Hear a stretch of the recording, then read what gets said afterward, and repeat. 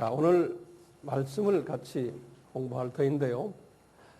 오늘 본문의 말씀은 마태복음 23장 38절의 말씀이에요.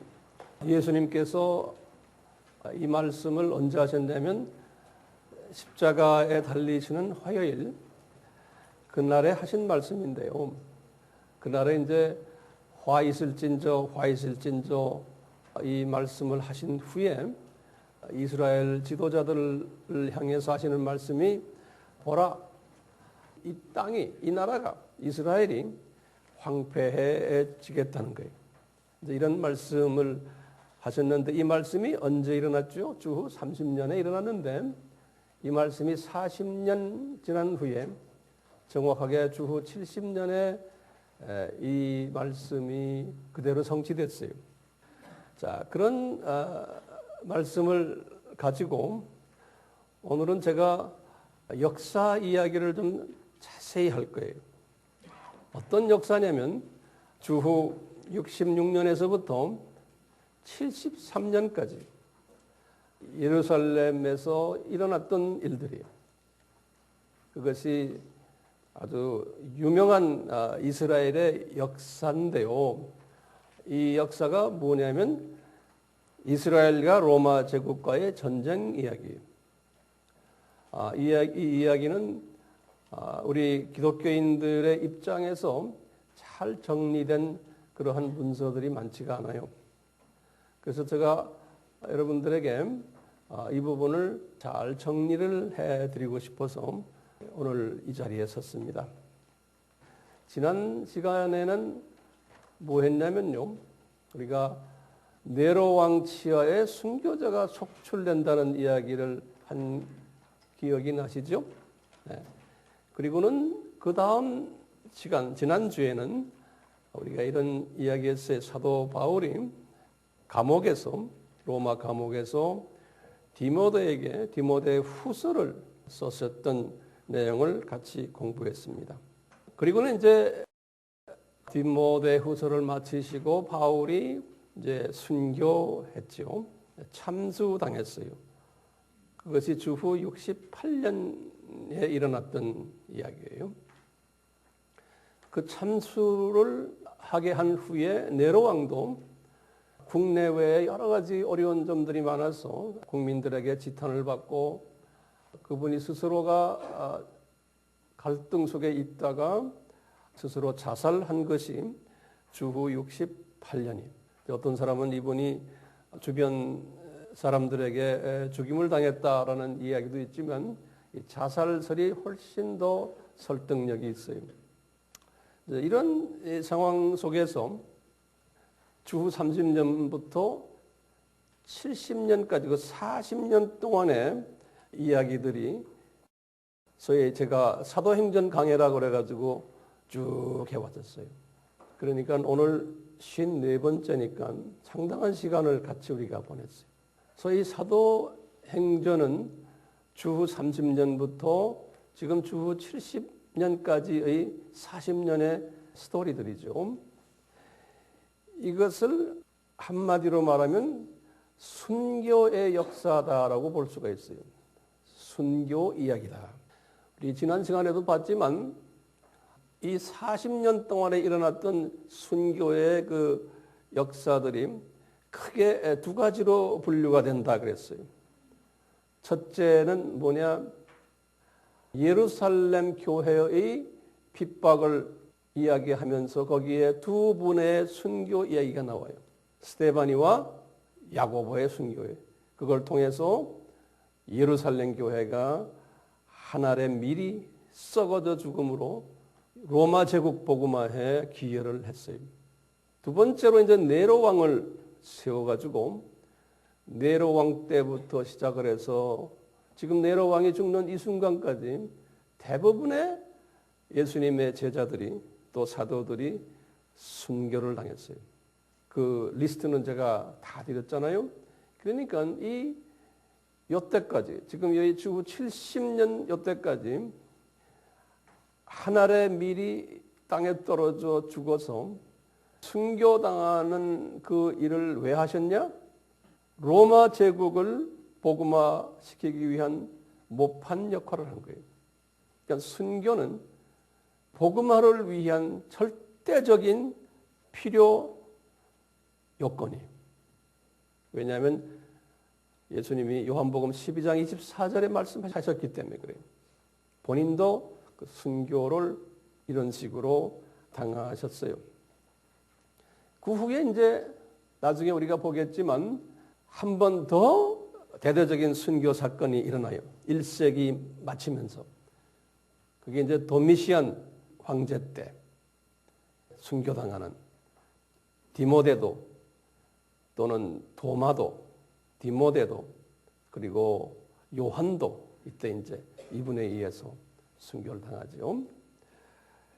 그러니까 이 순교 당하는 역사가 이 1세기 때에 크게 3번 일어났던 거예요. 왜 순교를 당해야 하는가? 그러면 이 생명을 살리는 원칙이 순교이기 때문에 그런 거예요.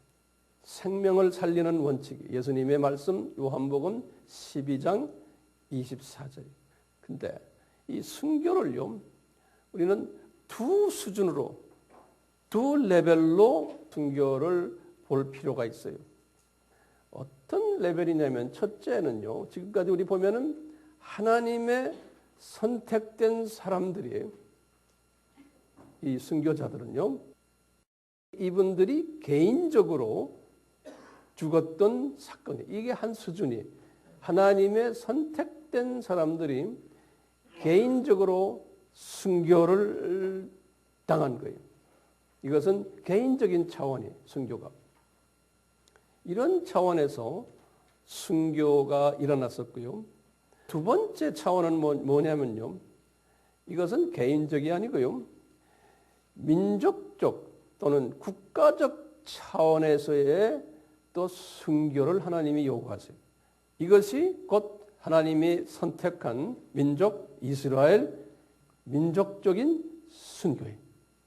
그래서 하나님이 특별히 이스라엘 사람들을 선택하셔가지고 그 나라를 선택가지고 하셔서 이 순교를 하도록 하시는 거예요. 나라적인 측면에서 민족적인 측면에서 이런 차원에서 이제 예루살렘 성전이 이제 파괴되고 이런 차원에서 이스라엘 나라가 패망하게 되는 거예요. 이런 차원에서. 그러면서 예수님이 말씀하시기를 그럼 언제까지 이스라엘이 성전이 이렇게 되고 나라가 패망하고 할 것인가? 그러면서 예수님이 하신 말씀이 있어요. 누가복음 21장 24절에 말씀하셨어요. 나중에 여러분들 보시면요. 뭐라 그러셨냐면 이방인의 자가 찰 때까지 이방인의 때가 찰 때까지 그런 말이에요. 같은 말인데요. 예루살렘이 이방인에 의해 밟히리라 그러셨어요. 그러니까 이방인의 하나님의 예정된 숫자가 있는데 전 세계의 기독교인들 될 하나님의 예정된 사람이 있는데 이 숫자가 찰 때까지 예루살렘은 이렇게 밟히리라. 이방인에게 그랬어요. 또 예수님은 유대인 가지고도 이야기한 게 있어요. 뭐라고 하냐면 우리 잘 아는 로마서 11장 25절 26절이에요. 이 비밀을 내가 너에게 이 미스터리를 내가 너에게 알려줄 터인데 뭐냐? 이방인의 충만한 숫자가 들어올 때까지는 유대인이 복음화가 안 된다는 거예요. 그러니까 유대인이 이렇게 된다는 거예요. 그러니까 지금 이 핍박을 오늘은요. 어느 차원에서 우리가 핍박을 보냐면 지금 민족적 이스라엘의 민족적 국가적 차원에서 하나님이 주셨던 핍박을 오늘 좀 상고하려고 해요. 이 민족은 하나님이 이스라엘 민족은 이방인의 복음화를 위해서 하나님이 어떻게 순교를 계획하셨어요? 첫째, 우리 항상 들어왔죠? 모세에게 하신 말씀. 모세야 말해 이것 말해라. 이 사람들 눈이 가릴 거다. 그래서 나를 볼 수가 없게 된다는 게 이게 다 순교예요. 내 선택한 사람들인데 뭡니까? 신명기 32장 20절, 21절에. 그리고는 눈이 이방인에게 띄어진다는 거예요. 그러니까 예수님을 못 본다는 거예요. 이분들이. 이사야에게도 6장 9절에도 그랬죠. 나중에 바울에게도 이 말씀을 말씀하셨어요. 로마서 9장에서 11장 전체가 그 이야기. 그러니까 이방인이 눈을 뜨게 하기 위해서, 이방인 복음화를 위해서 이스라엘 사람들이 이런 식으로 순교를 당하게 된다는 거예요. 예수님을 보지 못하는 그 순교. 그리고는 민족적으로 어려움을 당하게 된다는 거예요. 이 사람들이. 그래서 엄청난 핍박과 모욕과 죽음을 당한 것이 과거 2000년 이스라엘 역사예요. 나라 없는 백성이 돼가지고 이 목적은 뭘까요? 이방인들 눈뜨게 하기 위해서 이스라엘 사람들이 하나의 미랄이 돼야 된다. 이게 생명을 살리는 원칙인 거예요. 이와 동시에 국가적인 차원에서도 민족적인 차원에서도 마찬가지입니다. 그러면서 이제 오늘 주님이 우리에게 주시는 말씀은 봐라. 이 민족이 그렇게 자랑스럽게 생각하는 예루살렘 성전이 이방인에 의해서 로마에 의해서 파괴되고 이 나라도 패망될 거라는 거예요. 이 민족 자체가 하늘에 썩어질 밀이 되게 한다는 거예요. 그 밀도 말이죠. 우리 알도 썩어 죽어서 나오게 하는 알은 특별한 알이죠. 씨눈이 안에 살아 있어야 되잖아요. 그러니까 씨바지 알이에요. 그러니까 우리 기독교인들도 내가 순교자가 되려면은 특별한 씨바지가 돼야 돼요.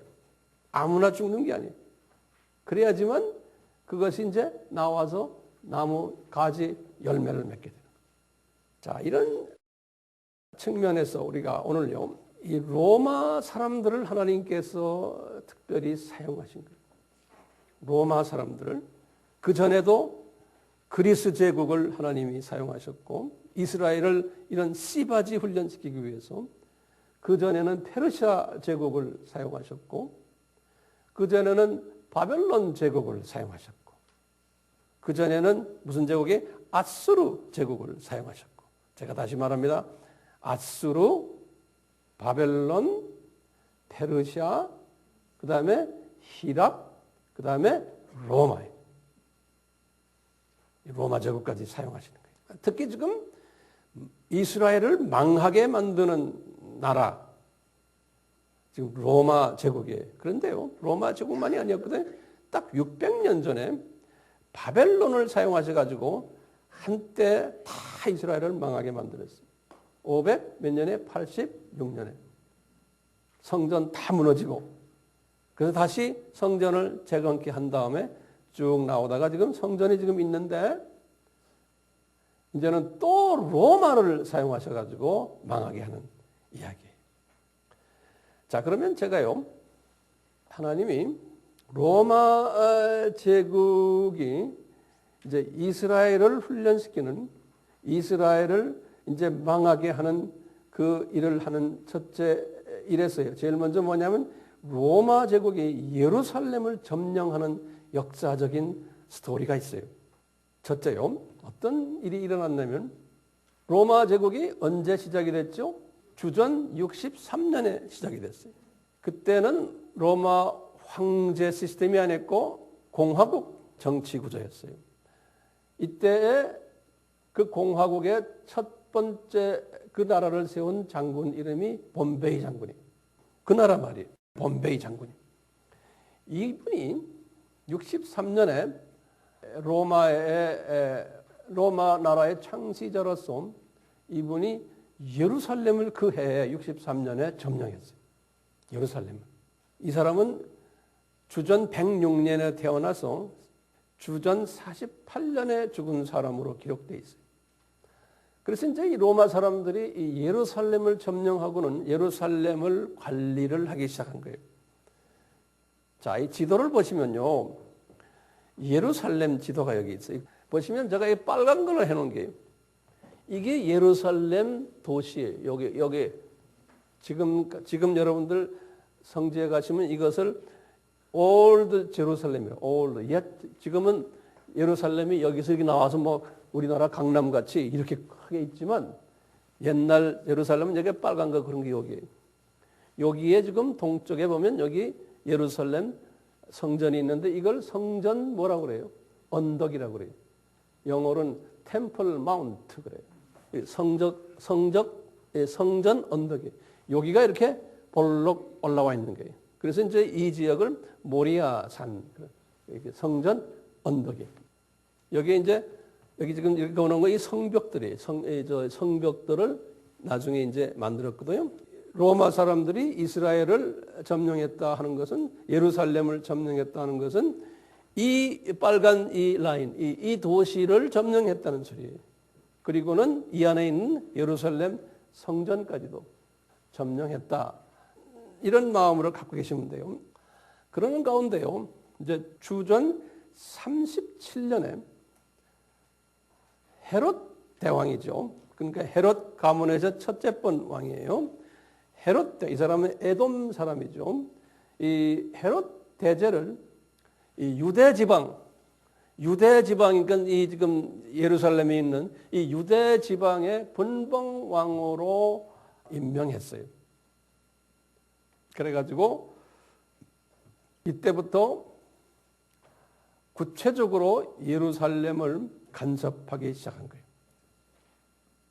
헤롯 왕은 이렇게 분봉 왕이 돼가지고 여러 가지 치적을 행했어요. 유대인들에게 헤롯 왕이. 첫째는 뭐였냐면 헤롯 왕이 유대인들에게 잘 보이기 위해서 우리 이야기 들었죠. 예루살렘 성전 제2성전이 언제 지어졌어요? 다시 제가 제1성전은 586년에 무너졌어요. 그런데 지어진 게 언제예요? 959년이에요. 주전. 다시 보세요. 주전 959년에 솔로몬이 성전을 지었어요. 이 자리에다가 쭉 있다가 얼마예요? 586년이죠. 6년에 어떻게 됐어요? 바벨론에 의해서 무너진 거예요. 그래서 제1성전이 무너진 거예요. 그리고는 516년에 딱 70년 있다가 이 성전이 스룹바벨에 의해서 성전이 지어졌던 거예요. 그것을 스룹바벨 성전 또는 제2성전이라고 그러죠. 그리고는 516년입니다. 성전이 쭉 가다가 이제 지금 이때가 온 거예요. 성전이 오래됐으니까 상당히 낡았다 이렇게 생각하시면 돼요. 그래서 이제 헤롯 왕이 유대인들에게 내가 이 성전을 무너뜨리고 다시 지어줄게. 그래서 이제 지은 것이 주전 20년부터 짓기 시작한 거예요. 그래가지고 그 성전이 이제 한 7년 걸려서 본당이 지어졌다 이렇게 기록에 보이는데요. 그걸 헤롯 성전이라고 그러는 헤롯 성전. 그래서 헤롯이 성전을 이렇게 지어준 거예요. 예수님이 오갔던 성전도 헤롯 성전이에요. 지금 이 성전이 무너진 것도 헤롯이 지었던 성전이에요. 그런데 이 성전은 아주 크게 요란하게 아주 아름답게 지었기 때문에 이 성전 여기 이 성전 보시면 성전 요 뜰이 있잖아요. 이 성전 마운트 성전 언덕에 성을 4개를 쌓았어요. 서쪽 성, 북쪽 성, 동쪽, 남쪽 성을 4개를 쌓아서 성전이 무너지지 않게 서포팅하는 거예요. 그걸 서포팅한다. 한국말로 뭐라고 말하면 돼요? 지지벽이라고 생각하면 돼요. 이렇게 벽을 이렇게 쌓아놨어요. 그러니까 헤롯이 아주 대단한 일을 유대인을 위해서 했어요. 그리고는 헤롯이 무슨 일을 했냐면요. 여기 지금 사해인데 사해. 제가 사해를 크게 그렸어요. 알다시피 사해 꼭대기에서 예루살렘까지는 몇 킬로예요? 26킬로죠. 여기 사해의 가운데 라인 레벨이 예루살렘에서 수직으로 내려온 것이 헤브론이 우리 알다시피. 그리고 요 밑으로도 내려오면 여기가 이제 브엘세바고 이 소돔 사회의 제일 밑바닥에 요 레벨이 여기 한 중간 정도 사회하고 거의 붙어 있는 조그마한 곳이 여기 마사다라는데 여기 마사다라고요. 아주 유명한 거예요. 오늘 내가 마사다 이야기도 자세히 말씀드릴 거예요. 오늘은 좀 이야기가 좀 많을 것 같아요. 역사 시간이라고 생각하시면 돼요. 자, 마사다. 요 마사다는 어떻게 생겼냐면요. 독립산이에요. 그런데 높은 산은 아니에요. 그렇지만 꽤 높은 산이에요. 이 독립으로 산이 이렇게 돼 있었어요. 그 산을 올라가려면 아무도 올라가지 못해요. 그 산을 올라가려면 한 사람이 다닐 수 있는 뱀같이 이렇게 된 오솔길이 있어요. 그래서 그것을 스네이크 로드라 그래요. 내가 문서를 보니까 이렇게 한 사람이 겨우 올라가는 그러한 오솔길을 따라서 올라가야지만 그 산의 꼭대기로 올라가는 거예요. 근데 그 산 꼭대기 저도 올라가 봤는데요. 아주 넓은 평지예요. 예. 거기서 이렇게 딱 보면 사해가 밑으로 쫙 보여요. 사해가. 그러니까 아주 휴양지 같은 그런 곳이에요. 거기에다가 이 헤롯 왕이 자기 왕궁을 거기다가 건축했어요. 그 꼭대기에다가. 그리고 로마 군인들이 그것을 지키고 있었어요. 이 헤롯 왕의 치적 중에 하나예요. 또 헤롯 왕이 우리 알다시피 성경에는 동방 박사가 왔을 때 어떻게 했어요? 헤롯 왕이 예수 아기를 죽이려고 해서 그분 때문에 예수님과 그 양 부모님들이 애굽으로 피신 내려간 사건 우리가 알죠. 그것 때문에 베들레헴과 그 근교에 있는 2살 미만 어린아이들이 다 살해를 당한 이야기. 이 헤롯 왕 때문에. 그 사건을 저지른 후에 성경에 보면은 주전 4년에 예수님이 탄생하는 그 해에요. 이분이 죽었다. 이렇게 성경에 써 있어요.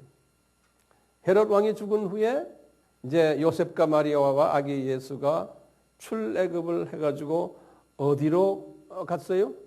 나사렛으로 올라가신 거예요. 그때부터 이제 예수님이 나사렛에서 거주하게 되는 거예요.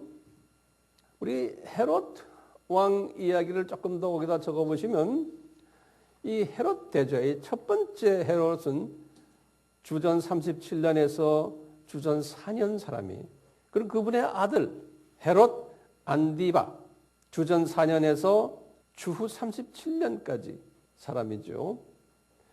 그리고는 이분 이야기는 누가복음 3장 1절에도 나오고 마태복음 14장 1절에서 12절에도 나오고 이분 이야기는 여러 군데 나와요. 그 다음에 세 번째 그 손자 헤롯은 아그리파 1세라고 그러죠. 이제 37년에서 44년 때 사람인데 사도행전 12장 1절에서부터 24절에 보면 사도행전 12장에 나와요. 이분 이름이. 그리고 이제 네 번째 헤롯이 이제 헤롯 아그리파 2세. 이제 이분이 주후 44년부터 이분이 정확히 언제 죽었냐는 기록에 안 나와 있어요. 이제 사도행전 25장 13절에서부터 26장 32절에는 우리 다 공부했어요. 이 사람 이야기 쭉 나와요. 그러니까 이 사람이 예루살렘 성전이 무너질 때도 다 관여한 사람이 이 사람이요. 요 헤롯 네 번째 헤롯이. 그러면요.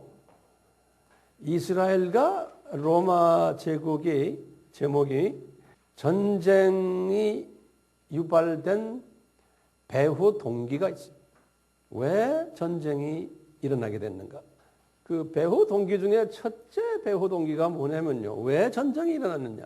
첫째 배후 동기는 로마 제국의 종교 정책 때문에 그래요. 이 로마 제국의 세 번째 황제예요. 그 사람이 갈리굴라라고 그래요. 이 사람은 성경에는 이 사람 이름이 나오지 않지만 역사책에는 이 사람 이름이 많이 나와요. 이 갈리굴 유명한 분이에요. 근데 우리 성경에는 이 사람 이름이 안 나와요. 주후 37년에서 41년 아주 짧게 산 사람인데 짧게 왕위를 가진 사람인데 이분이 어떤 중요한 결정을 했냐면요. 모든 로마 제국의 점령 국가들과 민족들은 로마 국교인 바벨론 종교를 믿기를 강요했어요. 모든 소위 식민지 사람들과 그 나라들은. 그러면서 어떤 요건을 냈냐면 첫째요. 로마 황제를 신으로 믿어야 돼요. 로마 황제를. 그러니까 이제 갈리굴라도 마찬가지. 두 번째는 바벨론 신들이 있어요. 뭐죠? 첫째, 니무롯, 그 부인이 세미라미스, 그 다음에 담무주. 이 세 신에 파생된 여러 신들이, 이름들이 엄청나게 많아요. 로마 신들, 여신들, 남신들. 우리 종교의 그 여자의 후손책에 보면 쭉 내가 도표를 그려드렸어요. 이런 모든 신들을 믿어야 되는 거예요. 그러면서 예외 조항을 달았어요. 뭐냐? 이스라엘 사람들은 예외다. 왜냐하면 이 사람들은 자기네의 성전이 있고 종교심이 어느 민족보다 강하기 때문에 이스라엘 사람들은 당신들 종교를 그대로 믿어라. 이렇게 이분이 결정했어요. 그런데 갑자기 이분의 종교 정책의 변화를 가져왔어요. 무슨 변화냐면 이분이 갑자기 자기의 신복이 페트로니우스라는 사람이에요. 페트로니우스. 자기의 신복을 로마에서 이스라엘로 파견을 시켰어요. 그래가지고 뭐라고 메시지를 가져갔냐면 신복이 이 갈리굴라 황제의 동상을 예루살렘 성전 지성소 안에다가 만들어라는 거예요. 자, 이게 말이 됩니까? 예? 제가 다시 말합니다. 지성소 알죠?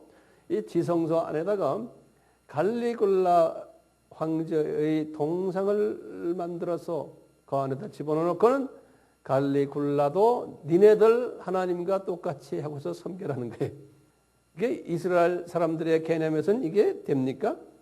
만약에 반대를 하면은 반대자들 그 자리에서 죽여버리고 그 주변에 같이 동조하는 사람들 체포해가지고 다 데리고 로마로 데리고 와서 노예로 삼으라는 거예요. 다 이 메시지를 들고서 지금 페트로니우스가 예루살렘에 도착한 거예요. 그러니까 유대인들이 이분에게 매달려가지고 호소를 하는 거예요. 우리가 지금 2000년 동안 이 유대 종교를 지금 우리가 믿고 있고 이것도 니네들의 분봉왕이 쥐어준 성전이다. 이 성전도 여기에 어떻게 이렇게 황제님께서 들어갈 수 있느냐. 하도 그냥 애걸복걸을 하니까 이 사람이 페트로니우스가 마음의 감동을 받아가지고 아 그래? 너희들 말이 이해가 된다. 그래가지고 황제에게 청원서를 보냈어요. 황제님, 이 사람들은 안 되겠습니다. 좀 양보해 드리세요. 이렇게 이제 청원서를 보냈어요. 그러니까 이 갈리굴라 황제가 기분이 어땠겠어요? 기분이 굉장히 불쾌했다 그랬어요. 그래서 황제가 화가 나가지고 친서를 하나 썼어요. 뭐냐면 페트로니우스 그놈 죽여버려라. 그놈 내 말 잘 안 듣는다. 그 친서를 써가지고 이제 몇 사람을 붙여서 그 친서를 발송한 거예요. 발송을 했는데 갑자기 이 갈리굴라 황제가 사망해버렸어요. 사망했는데 이 친서는 지금 배를 타고 지금 예루살렘으로 가고 있어요. 로마에서. 근데 풍랑을 만나가지고 약 한 3주 걸렸다고 그랬어요. 내가 기록을 보니까 내가 그때 없었으니까 나도 몰라요. 3주 걸려서 도착을 한 거예요. 그러니까 도착했을 때 보니까 이미 황제는 죽은 후예요.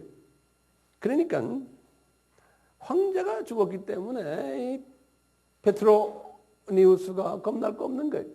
그래서 황제가 죽은 것 때문에 이 친사가 힘을 쓰지를 못했어요. 자, 그래서 이 동상을 지성소에 집어넣는 일은 무효화돼 버린 거예요. 그렇죠? 왜 무효화되게끔 하나님이 하셨을까? 성서에 예수님께서 다 하셨기 때문입니다. 마태복음 24장 15절에 예수님이 하신 말씀이 있어요.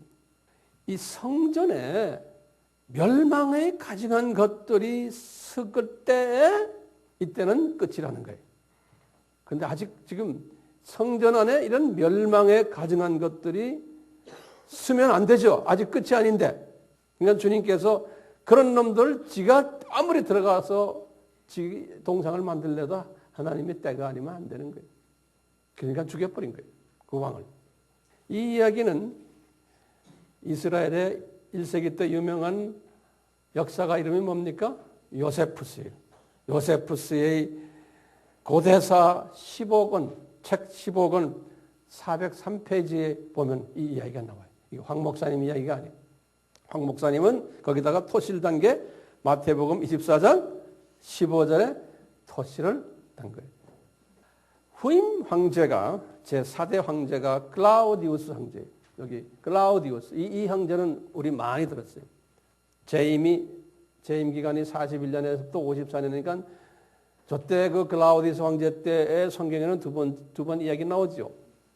우리 사도행전 11장에 보면 클라우디아 황제 때 예루살렘에 뭐가 있었어요? 유대 지방에 기근이 있어서 그래서 부조를 들고 바울과 바나바와 내려갔다. 이런 이야기 있죠? 그때 클라우디아 황제. 또 고린도전서 18장 1절부터 2절 거기에 보면 뭐예요? 클라우디우스 황제가 유대인들이 미워가지고 로마에 있는 모든 유대인들을 다 축출시켰다. 그래서 누가 고린도로 왔어요? 브리스길라와 아굴라. 처음에는 아굴라와 브리스길라 이 두 분이 고린도로 왔던 사건이 있어요. 이 모든 사건들이 이 클라우디우스 황제 때 일어난 거예요. 유대인을 미워하는 거예요. 이분도요.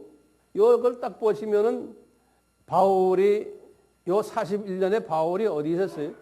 다소에서 뭐 했어요? 41년에 바울이 기도 가운데 3층전 올라갔던 해.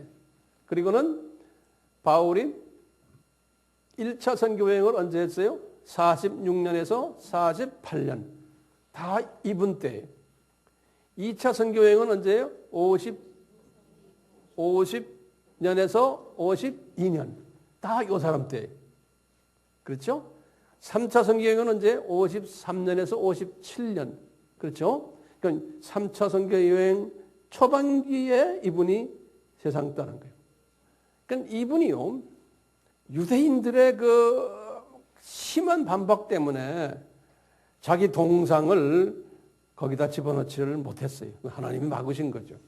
자, 그러다가 이제 이분은 죽은 후에 기록에 보면 로마 제국의 모든 족속들이 이분을 신으로 생각했어요. 이분을. 클라우디우스. 또 갈리굴라. 다 이렇게요. 했는데 그 후에 나타난 클라우디우스 후임으로 나타난 다섯 번째 임금이 누굽니까? 네로예요. 그 유명한 네로예요.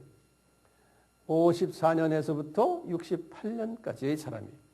이 네로도 강하게 지성소에 자기 동상을 세우려고 애를 썼지만 주님께서 막으셨어요. 그래서 첫째 전쟁이 일어났던 이유가 뭐냐? 이 종교 정책의 변화 때문에 그런 거예요. 지성소에다가 이분들이 자기네 황제의 동상을 집어넣으려고 하는 그 이유가 첫째 전쟁을 일으켰던 이유 중에 하나예요. 두 번째 이유가 뭐냐면요. 로마 제국의 이 공무원들과 군인들이 대단히 부패했어요. 이 사람들이 특히 이스라엘 사람들을 향해 가지고 예루살렘 성전에 대한 세를 부과했어요. 성전세라고 해요. 그 세금을 받아가지고 성전세를 받아서 개인 치부용으로 사용했던 거예요.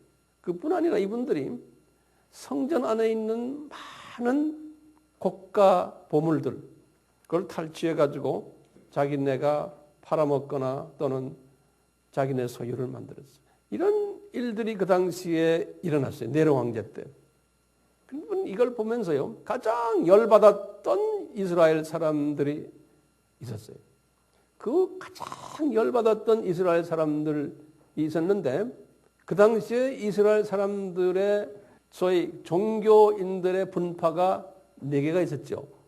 기억나시죠? 첫째가 뭐예요? 바리새파.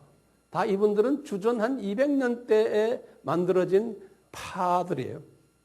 우리도 지금 뭐 장로교, 감리교 뭐 이런 교단의 침례교 이런 것들이 있듯이 똑같아요. 그래서 처음에는 아주 보수 그룹인 바리새파. 그 다음에 진보 그룹이 뭐예요? 사두개파. 그 다음에 극보수예요. 이거는 극보수가 에센파라고 그래요. 극보수가. 이분들은 종교 그룹들인데 같은 종교 그룹이지만 종교보다도 정치에 깊이 관여했던 분들이 이 셀롯파라고 그러는 거예요. 여기 지금 영어는 젤롯 그러고요. 한국말로 열성당 이렇게 이 셀롯파가 있었어요.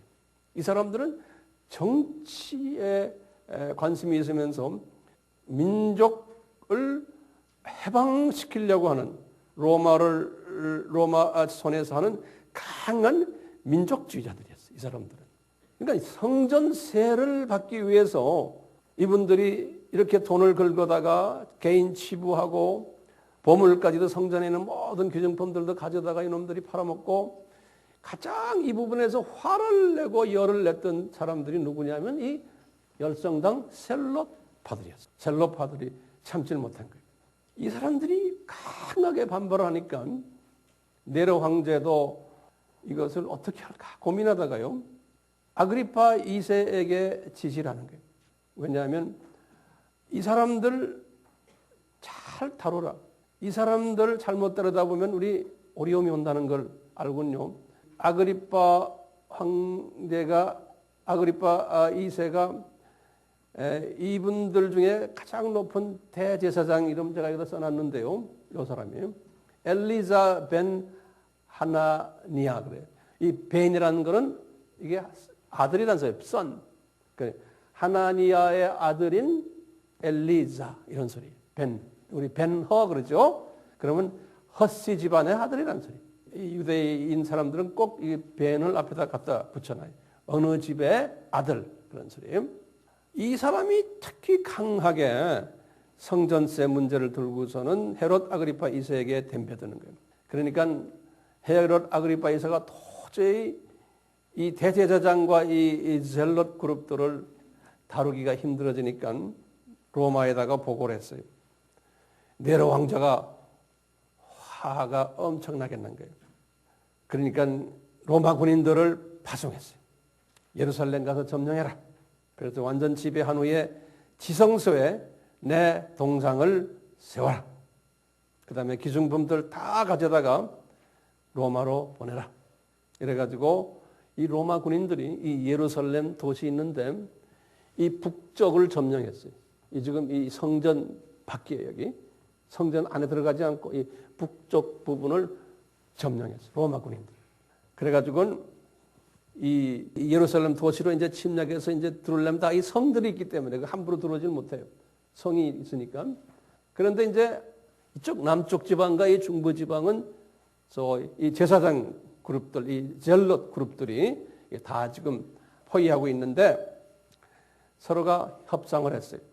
우리 서로 좋은 게 좋으니까 평화하자.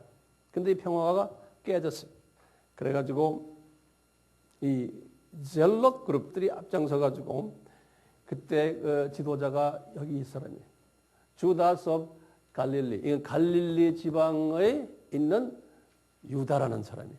이 사람이 이 셀롯의 창설자인데 그러니까 이 셀롯 그룹은 갈릴리 지방에서 만들어진 그룹이에요.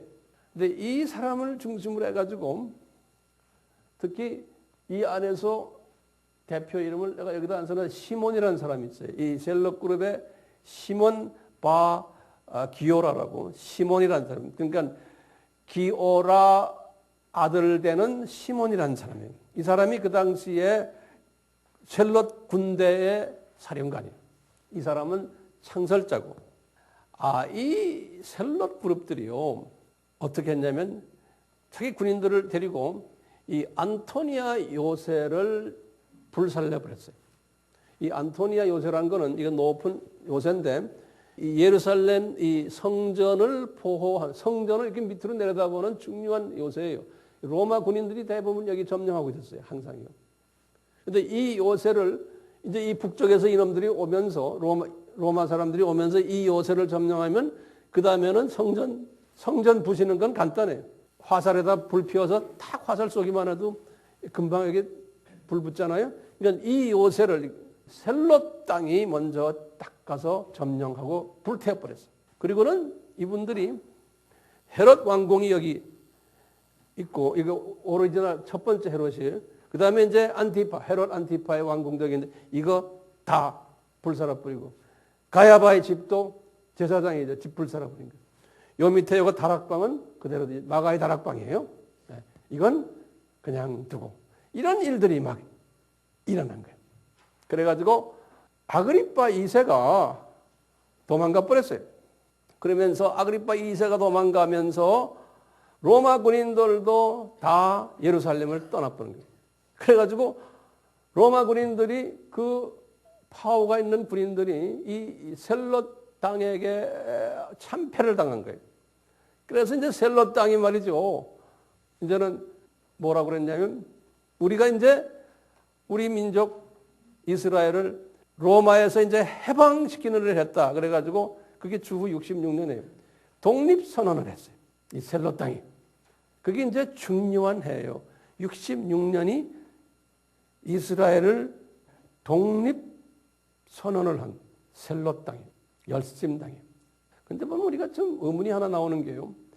세상에 왜 네 당 중에서 이 셀롯 땅만 이렇게 애국적인 행동을 하고, 왜 바리새, 사두개, 에센파들은 가만히 있었냐 이게.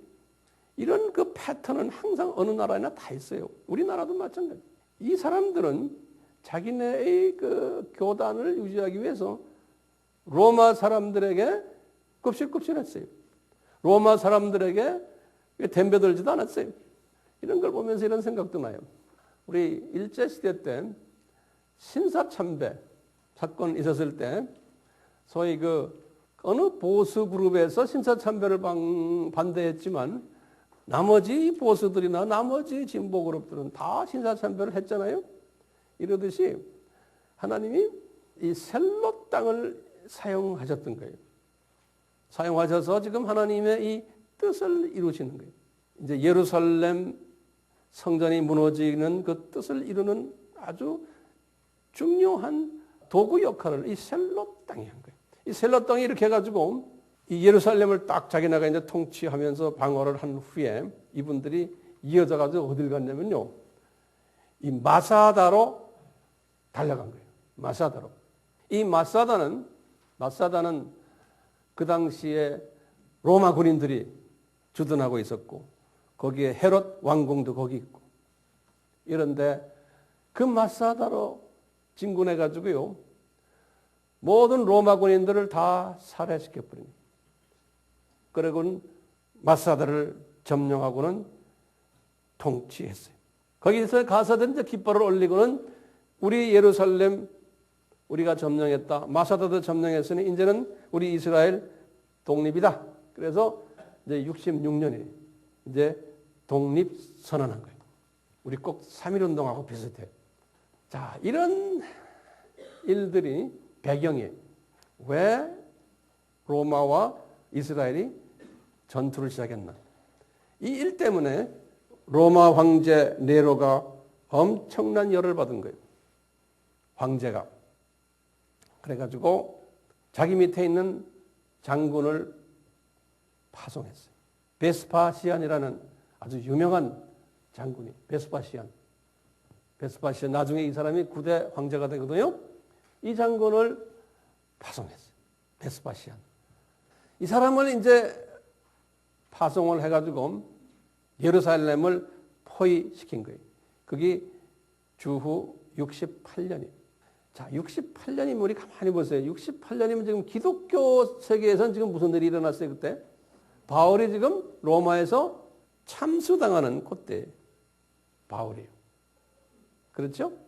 자, 요 네로가 68년에 바울을 죽이고 여러 가지 정치적인 불안들이 있으니까 스스로가 자살한 때가 68년이에요. 요때가요. 그러니까 이분이 지금 베스파시안이 지금 예루살렘에 와서 예루살렘은 포위하고 있고 있는데 갑자기 네로가 자살해 죽은 소식을 들은 거예요. 네로가. 그러니까 이분이 당황하고 있는데 그쪽에서 뭐라고 연락 오냐면 당신을 후임자로 선정했다는 거예요. 그러니까 베스파시아나 당신을 후임자로 내정했으니까 빨리 로마로 오라는 거예요. 그래서 이분이 69년, 주후 69년에 그 다음 해에요. 9대 황제가 된 거예요. 그래서 베스파시안이 황제가 딱 된 거예요. 9대 황제가 됐어요. 황제가 돼가지고 저 지금 예루살렘 문제는 어떡하지? 그래서 자기 아들을 대신 파송한 거예요. 그게 그 유명한 디도 왕이, 디도 장군이. 우리 디도 장군 하죠? 그 아들이, 베스파시안의 아들이 디도예요. 디도가 장군이었는데 이분이 파송을, 어디로 파송됐어요? 예루살렘으로 이제 가서 이제 예루살렘 점령을 담당한 거예요. 이 디도 장군이 기록에 보니까 그 휘하에 4개의 연대가 있었어요. 연대 하나가 우리식으로 하면 몇 명 정도 돼요? 그 1000부장 정도, 1000명 정도. 한 1000명 정도 되죠? 보병연대. 그러니까 한 4000명, 한 5000명 정도의 휘하에 군인들이 있었어요. 이 연대를 데리고서 이 예루살렘을 포위한 거예요. 예루살렘을 포위했는데 이제 문제는 이 예루살렘 인구가 그 당시에 얼마였느냐. 이 극과 극으로 계산해요. 예루살렘의 인구를. 저도 좀 혼돈스러운데 이 요세푸스라는 사람은 조금 좀 그래도 보수적으로 이야기하는데 이 탈무드에는요, 탈무드라고 우리 알죠? 탈무드에는 예루살렘의 인구가 1200만 명이라고 되어 있어요. 그건 좀 너무 과격 숫자예요. 너무 그건 뿔린 것 같아요. 1200만 명. 아닌 것 같아요. 근데 요세푸스는 뭐라고 그러냐면 300만 명이다. 이렇게 이야기를 해요. 300만 명. 이제 왜 이런 이야기를 하냐면요. 이스라엘 사람들이 우리가 유월절 때 동물을 잡는 걸 보면은 유월절 때 동물 잡죠. 양이나 염소를. 그 잡는 걸 보면은 10명당 한 마리를 잡는다고 해도 동물의 그 희생 동물들의 숫자를 카운트를 해보면은 인구가 그렇게 된다는 거예요. 그리고는 이 요세푸스의 책을 보면요. 그 당시에 66년에서부터 70년 사이에 감옥에 들어간 사람만 9만 7천 명이라고 써 있어요. 9만 7천 명. 그리고 사망자만 110만 명으로 돼 있어요. 그래서 어떤 책에 보면 요세푸스가 좀 과장했다라고도 보기도 해요. 저도 좀 과장하지 않았나 봐요. 근데 아주 보수적인 숫자는 뭘 보냐면요. 당시의 예루살렘 인구가 약 한 5만 5천 명이다 이렇게 보는 사람도 있어요. 그런데 그 당시가 지금 공격받을 때가 6월절 때거든요. 6월절 때 디아스포라들이 방문했기 때문에 그분들의 방문한 숫자가 12만 5천으로 보는 거예요. 12만 5천. 그러니까 합해서 약 한 18만 명 정도가 이 예루살렘 저 도시 안에 있었다는 거예요. 유대인들이.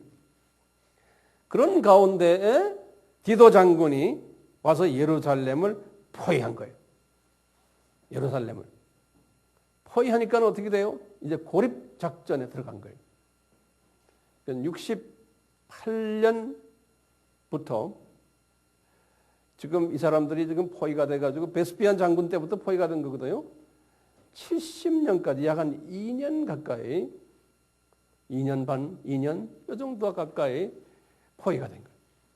그 요세푸스의 그 이스라엘 전쟁사라는 그 책을 제가 이제 좀 인용하는데요. 그 책에 의하면 사람들이 먹을 거 없어가지고요. 그 안에서요. 어머니들이 자기 자식들이 죽으면은 그 자식들의 살을 먹었다 이렇게 기록이 되어 있어요.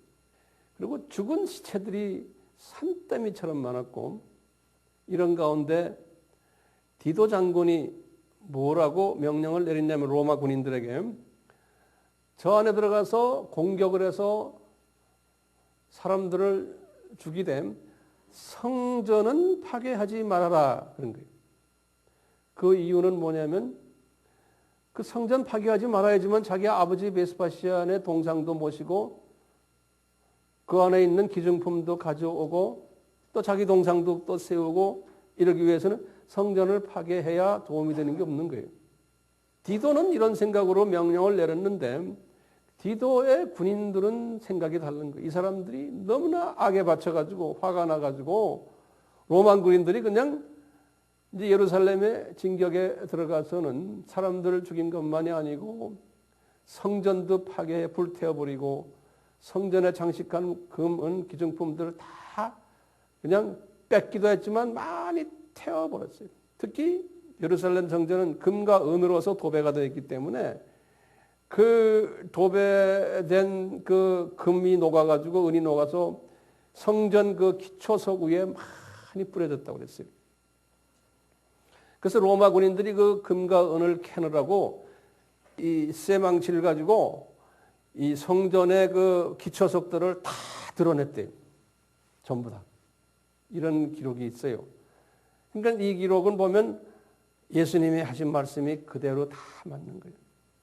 예수님이 마태복음 24장 2절에 뭐라고 그랬어요? 이 성전에 돌 하나도 제자리에 있지 않고 다 뒤집어지리라. 기초석들이. 그대로 그렇게 지금 이루어진 거예요. 돌 하나도 돌 위에 남지 않고 다 무너뜨리오리라. 예수님이 하신 말씀이 그대로 여기 주 30년에 예수님이 하셨거든요. 근데 지금 주 70년에 그대로 지금 일어나고 있는 거예요. 근데 요세푸스의 글 중에 이런 글이 하나 있는 게 재밌는 글이 하나 있어요. 이런 글을 써놨어요. 성전 맡은 제사장이 이제 이런 사건이 막 일어나고 있으니까 자기가 이제 책임감을 느끼고는 성전 열쇠를 들고는 성전 꼭대기로 올라간 거예요. 그래서 여호와 하나님께 기도를 하는 거예요. 성전 맡은 자격이 제가 안 됩니다. 저 때문에 이렇게 지금 성전이 이렇게 어려움을 당하고 있네요. 이 키 가져가십시오. 그러면서 기도하는 거예요. 제가 자격이 될 때까지 보관하셨다가 나중에 저 열쇠 주세요. 이렇게 기도하고 있는데 갑자기 하늘에서 손이 나타나가지고 그 키를 탁 뺏어갔다는 이야기가 조세푸스의 책에 기록이 되어 있어요. 진짜겠죠. 약 한 2년 이상 포위를 당하면서 이제 고립됐기 때문에 이런 불상사가 일어난 거예요.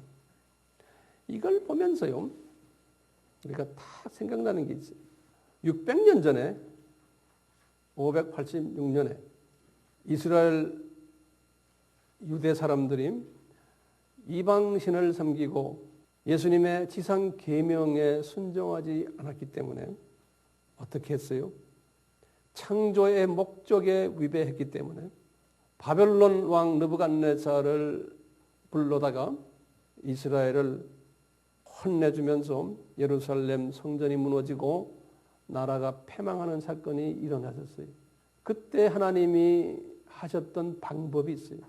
예레미야 52장 1절에서 11절에 보면 어떻게 하나님이 당시에 이 사람들을 다뤘나 이야기가 나오거든요.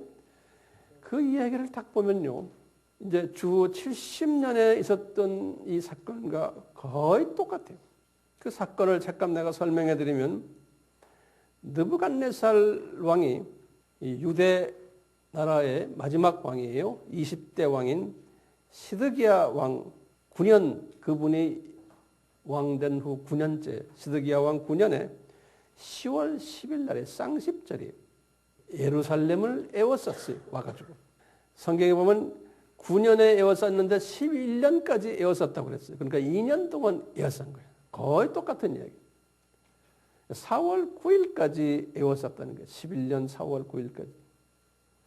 그 안에 성중에 기근이 일어나고 그 안에서 이제 먹을 것도 없고 뭐 많은 사람이 죽고 하니까 왕이 말이죠. 이 시드기야 왕이 자기 부하들을 데리고 밤중에 성벽이 2개가 있는데 거기에 문이 2개 있는데 두 성벽 문을 뚫고 도망한 거예요. 도망해가지고 어디까지 갔냐면은 여리고 평야까지 간 거예요. 여리고. 거기에서 체포가 된 거예요. 그 시드기야 왕이 이제 어쩔 줄을 모르고 있는 새에 그 아들을 느부갓네살을 잡아다가 그냥 단독 칼로 죽여버린 거예요. 그리고는 이 시드기야 왕을 어떻게 했냐? 2 눈을 뽑아버린 거예요. 거기서 끝내면 얼마나 좋겠어요? 2 눈이 없는 시드기야 왕을 바벨론으로 데려가가지고 옥에다가 가둬버린 거예요. 그래서 그 옥에서 죽게 되는 이야기가 이 에레미야서 52장 1절에서 11절에 기록되어 있어요. 이 모습을 보면 그대로 지금 이 주 70년 예루살렘이 지금 또 당하는 이 모습과 똑같아요. 근데 나중에 여러분들 놀라지 마세요. 이 바벨론에 의해서 예루살렘 성전이 무너지는 이 날이 어느 날이냐면 이스라엘 달력에서 아부월이에요. 아부월 9일이에요. 이스라엘은 달력을 이렇게 이름을 붙여요. 우리 잘 니산월 알죠? 니산월. 그다음에 우리가 오순절 때의 그 달을 이게 시반월이라고 그래요. 우리 오순절 기억나시죠?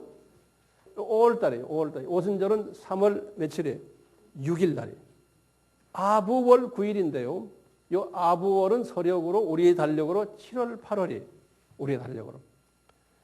근데 기가 막히게요. 요 느부갓네살 왕에 의해서 예루살렘 성전이 무너졌던 그 날이 아부월 9일이에요. 그런데 똑같이 지금 디도 장군에 의해서 예루살렘 성전이 무너지는 그 날이 또 아부월 9일 똑같은 날. 그러니까 우리 하나님은 살아계신 하나님이세요. 네. 좀 이따 더 자세히 말씀드리려고요. 그러니까요, 이 느부갓네살에 의해서 성전이 무너졌던 이 사건은 이게 우연한 사건이 아니에요. 이 사건은 이미 선지자에게 예언했던, 예레미야에게 예언한 사건이 이런 일이 있을 것을. 예레미야서 25장 8절에서부터 11절입니다. 그 이유는 뭐냐? 그랬어요.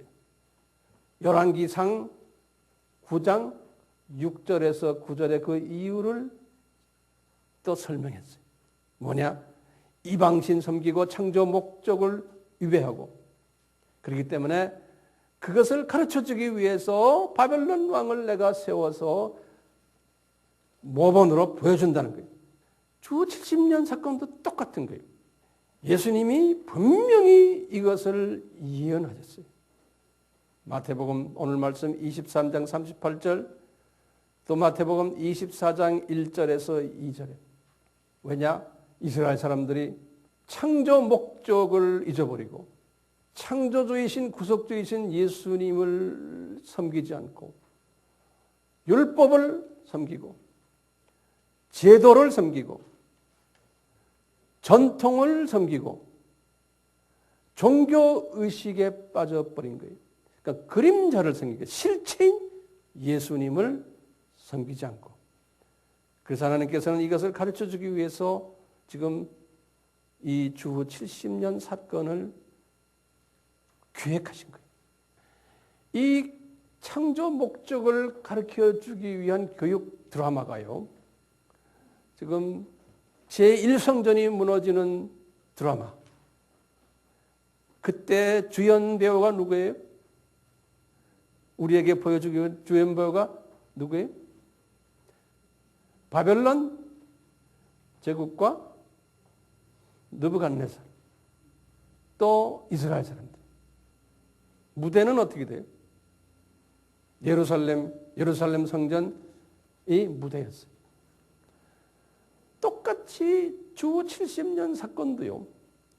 주연 배우는 이스라엘 사람들과 로마 제국과 디도 장군.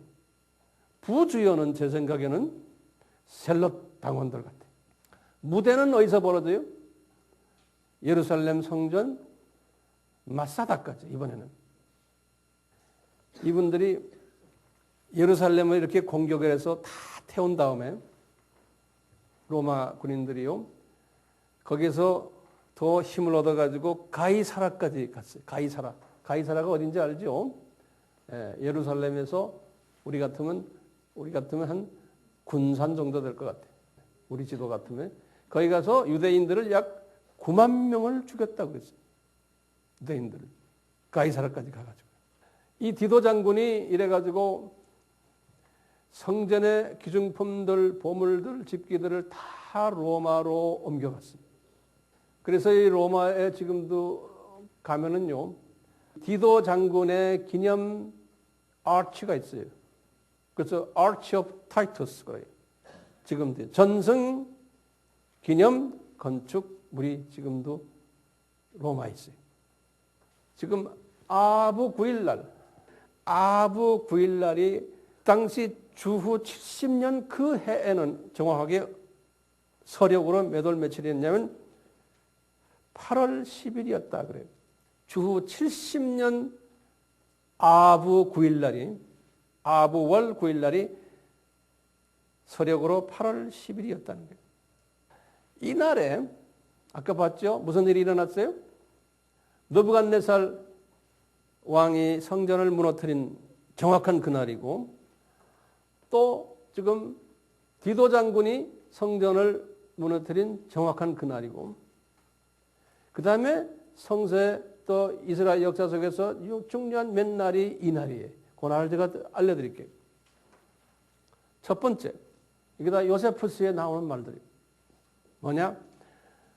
우리 40년 광야 생활할 때 12명의 정탐꾼들이 있었죠. 가나안 땅에 올라가서요. 그 정탐꾼이 부정적인 리포트를 가지고서, 두 분은 긍정적인 리포트 했지만 10명이 부정적인 리포트를 가지고서 귀환한 날이 요 날이에요.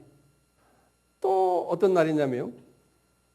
이 예루살렘이 이제 주 70년 이후에 폐허됐잖아요. 그래서 그 폐허된 그 자리에 14대 왕이 있어요. 14대 황제가 로마 하드리안이라는 황제, 하드리안. 이 황제가 예루살렘 그 폐허된 그 도시 저 그림에 저기에다가 새로운 도시를 하나를 계획하셨어요.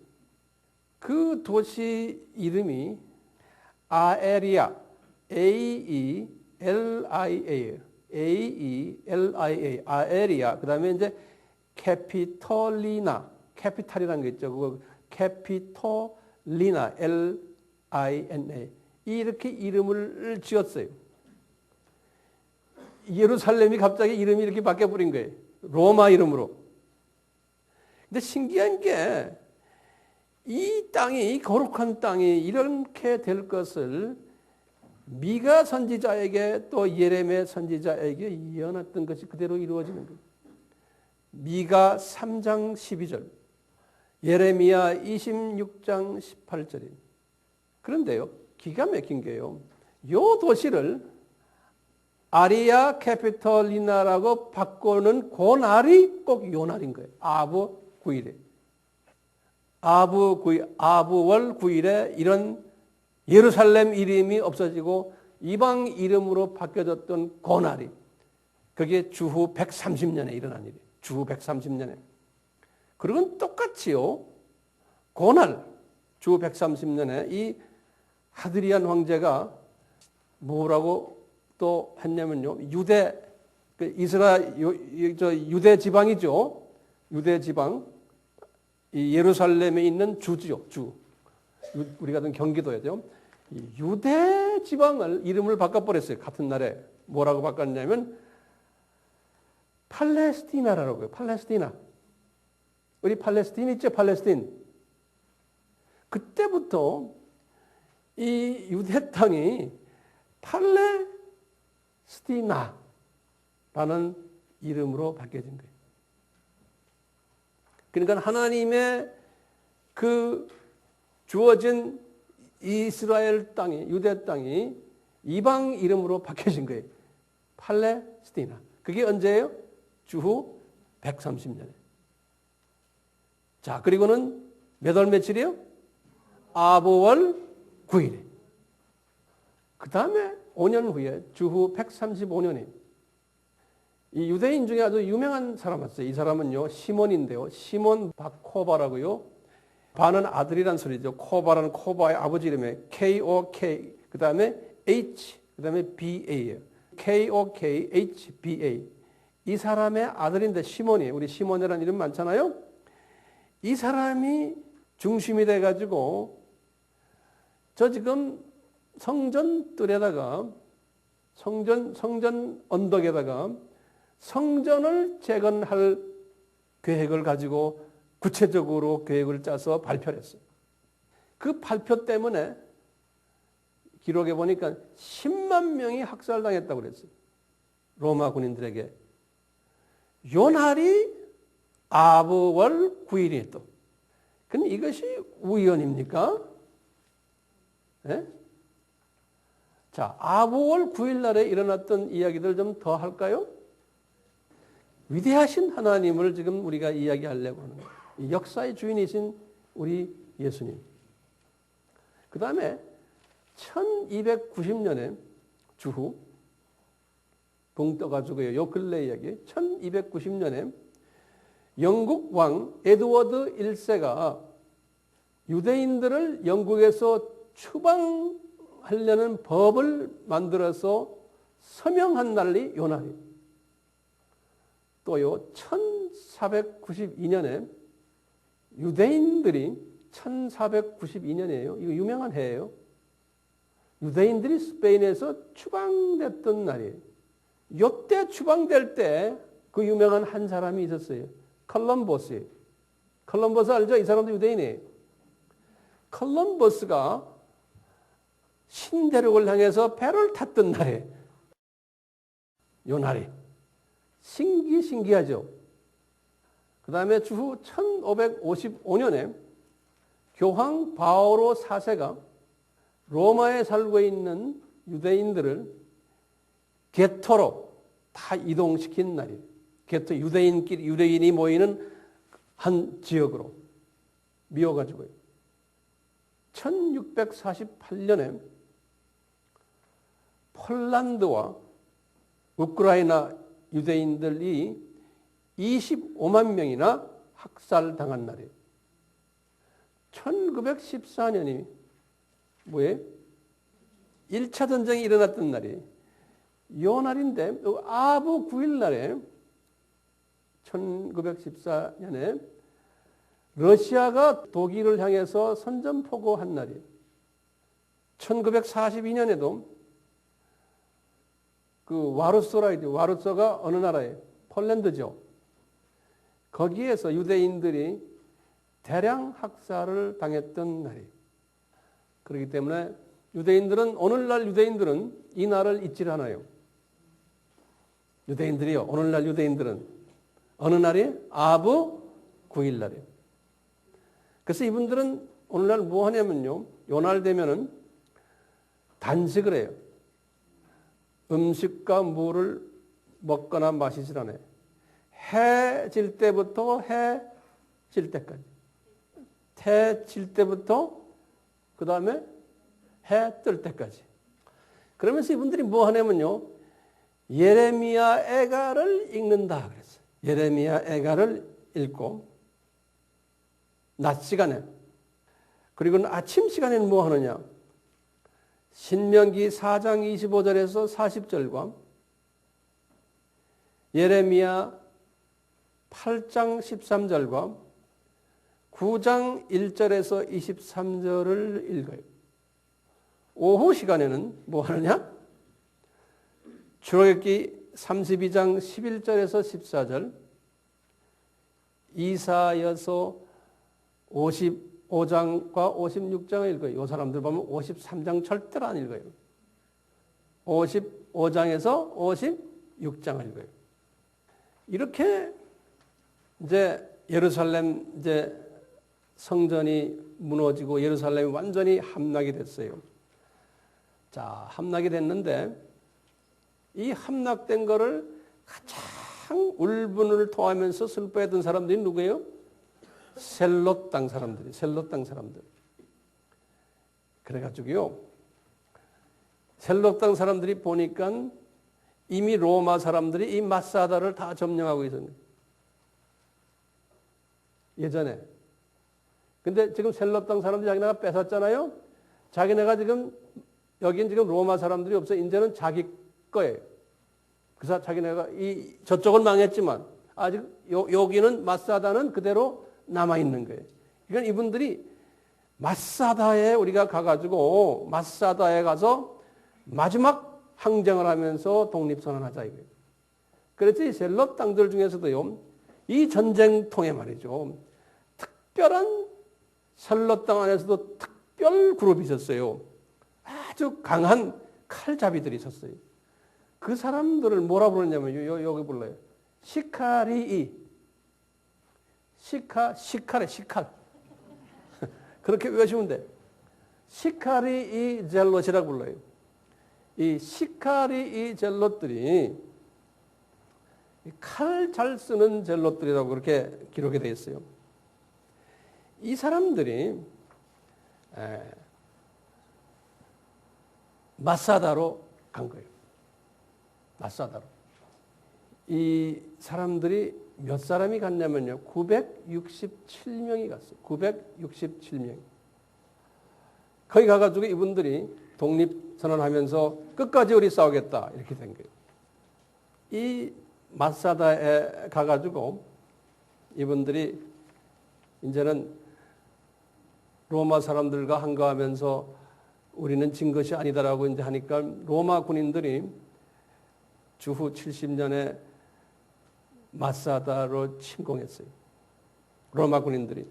이 젤롯 땅을 보시면요, 성서에 보면은 예수님의 제자 중 한 사람이 셀롯 땅 출신이 하나가 있어요. 누가복음 6장 15절에 보시면 거기에 예수님의 제자 중 한 사람이 시몬이라는 사람이 나오는데 그 사람을 셀롯이라 하는 시몬이 그랬어요. 예수님이 이 셀롯 땅 중에서도 한 사람을 차출했어요. 그런데요, 우리가 바울을 보면요, 바울이 혹시 셀롯 땅 출신이 아닌가라고 우리가 좀 의심할 수 있어요. 왜냐하면요, 성경 구절 적어보세요. 사도행전 22장 3절에 보면요, 뭐가 있냐면 나는 하나님께 대해서 열심하는 자다. 이럴 때 열심한다는 그것을 원어로 보면 뭐냐면 이 젤롯 땅 이름이거든요. 젤로테스 이렇게 써놨어요. 그 똑같아요. 젤로테스라는 말이 아주 영어로는 jealousy, 아주 열심히 한다는 소리예요. 또 갈라디아서 1장 14절에 바울이 하신 말씀이에요. 내가 내 동족 중 여러 연장자보다 유대교를 지나치게 믿어 내 조상의 유전에 대해서 더욱 열심히 했을 때 젤로테스 그랬어요. 그러니까 이 딱 보면요, 바울도 이 열성당원이었지 않았나? 그러니까 이 열성당원이었기 때문에 스테바니를 그냥 죽이는데 참여했었을 거네. 이게 칼잡이 그룹 바울이 아니었나라고 보는 거예요. 그래요? 내 생각에는 바울은 분명히 자기 입으로 자기는 젤롯이라는 말을 쓰지 않고 자기는 바리새인이라고 그랬거든요. 그러니까 분명히 바울은 바리새판 모양이에요. 근데 어떤 주장은 또 그래요. 이 젤롯 안에도 바리새 출신들이 많았다 그래요. 그래서 바울이 이 젤롯 땅 출신이 아니었던가라고 보는데 저는 별로 그렇게까지 보기가 힘들어요. 자, 어쨌든 이 마사다 이야기를 조금 더 해봐요. 자, 이 마사다로 이제 유대인들이 몇 명이 들어갔어요? 967명이. 그러니까 로마의 군인들이 일개 연대가 거기 가서 포위한 거예요. 반격을 시도했어요. 그 연대가 제10년대라 이렇게 해야 돼. 딱 기록에 나와요. 10년대가. 거의 딱 가서 이 연대 이 사람들이 그 산으로 올라가지 못하는 거예요. 왜? 오솔길 하나밖에 없으니까요. 그래가지고 3년 동안 포위 작전을 또 시작한 거예요. 그러면서 어떻게 했냐면 이 성벽을 쌓는 거예요. 언덕을 여기다가 흙을 잡고 여기로 올라가려면 여기서부터 흙을 잡고 쌓는 거예요. 흙을 쌓으면 산이 하면서 이게 나중에 될 거 아니에요? 한 3년 걸려가지고 흙을 쌓아가지고 간 거예요. 네. 그래서 이제 도착을 해보니까 주후 73년이 된 거예요. 그래서 딱 보니까 거의 다가 자살하고 죽어 있는 모습이에요. 960명이 죽은 거예요. 이분들이 자기네가 로마의 노예가 되는 건 싫다는 거죠.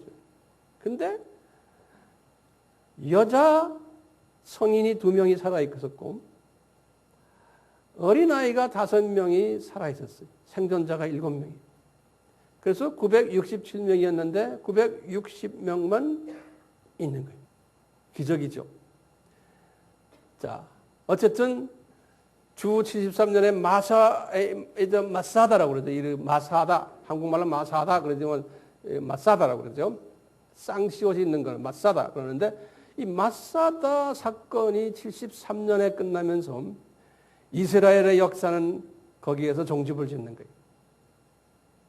그래서 제 오늘 설교의 제목이 66년부터 73년. 이 유대인들은 이스라엘 나라는 지금도 이 마사다를 특별히 성지로 생각합니다. 이 마사다를.